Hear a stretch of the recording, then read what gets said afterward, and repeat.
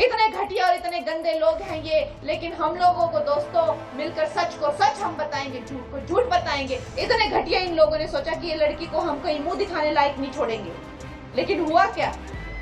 जब डिसीजन आया तो वो राजा बाबू कहीं मुंह दिखाने लायक नहीं रहा, रोया सारी रात अपने कमरे में बैठकर। जो संविधान है उसकी किताब को ये उछालते हैं, अंबेडकर जी के नाम को ये उछालते हैं, उनके नाम को इस्तेमाल करने का काम करते हैं। प्रधानमंत्री जी ने कभी भी संविधान उछाल कर जो है कोई दुहाइयां नहीं दी, ये बातें नहीं उछाली।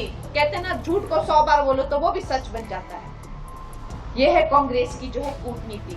देश भर में संविधान निर्माता बाबा साहब भीमराव अंबेडकर की जयंती मनाई जा रही। इस बीच सांसद और अभिनेत्री कंगना रनौत का एक वीडियो सोशल मीडिया पर तेजी से वायरल हो रहा है, जिसमें कंगना किसी को घटिया लोग कहती नजर आ रही। दरअसल मंडी में बाबा साहब भीमराव अंबेडकर की जयंती पर एक कार्यक्रम का आयोजन किया गया था, जिसमें कंगना रनौत कांग्रेस पर बाबा साहब भीमराव अंबेडकर के अपमान को लेकर कई सारे आरोप लगा रही थी। इस दौरान उन्होंने कांग्रेस को घटिया लोग तक कह दिया। आप खुद पूरा वीडियो देखिए। दोस्तों, अंबेडकर जी हमारे देश के संविधान के जो हैं वो मूल हैं। उन्होंने ही संविधान लिखा है और आज आप और हम जिस तरह से हमारे देश को जानते हैं, हमारे देश के नागरिक शास्त्र को जानते हैं, वो सब हमें अंबेडकर जी से ही मिला हुआ है। तो वो देव स्वरूप हैं, देव तुल्य हैं, सदा ही भारत रत्न अगर उन्हें कहा गया है तो भारत का जो एक डीएनए है वो नसों में, वो उनके विचारधारा, उनके मूल्य, उनका संघर्ष वो सदा बहता रहेगा। और इसका ये सिर्फ मात्र बातें ही नहीं है, इसका जो है साक्षात उदाहरण जो है हमारी जो भारतीय जनता पार्टी है वो हमेशा से ही देती गई है। क्योंकि हमारी पार्टी ऐसी नहीं है कि भाई जी सिर्फ गलाना करना कुछ नहीं है ना। आपको पता है, जैसे कि बताया दिलीप जी ने बताया कि इन्होंने जो है सबका मूर्ख बनाया, कांग्रेस पार्टी वालों ने। बस इनकी बातें हैं, इन्होंने जो है झूठे झूठे वादे करने हैं और आगे निकल जाना है और पीछे जो है ठिंगा दिखाना है। ये इनकी करतूतें हैं।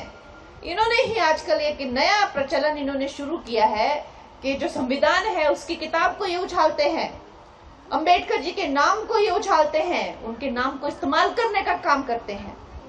उसको जो है किसी न किसी तरह से वोट बैंक की राजनीति करने की ये कोशिश करते हैं। देखा होगा आपने, लेकिन हम भी इतिहास को दिखाएंगे और इतिहास गवाह है। और आज इसीलिए हम ये इकट्ठे हुए हैं वो दिन याद करने के लिए जब इनको अंबेडकर जी को जो है बड़ा ही अपमान करके जो नेहरू ने जो है कैबिनेट से निकाल दिया था। उन्होंने त्याग पत्र दिया था क्योंकि बार बार उन्हें अपमानित किया जाता था, उन्हें निराश किया जाता था, उनकी बातों का मान नहीं रखा जाता था। क्यों? क्योंकि नेहरू जी को हर कोई इंसान जो ज्यादा इंटेलिजेंट उनसे था, जो ज्यादा इस देश को समझता था, उससे प्रॉब्लम हो जाती थी। मैंने तो इस बात पे बड़ी रिसर्च की हुई है और मुझे और कोई कारण नहीं दिखता कि उनको उनसे और क्या दिक्कत हो सकती है और क्या द्वेष और क्या ईर्ष्या हो सकती है। इतने महान इंसान को त्याग पत्र देना पड़ा कि इस बुनियाद पर उन्होंने अंबेडकर जी का जो है इतना अपमान किया।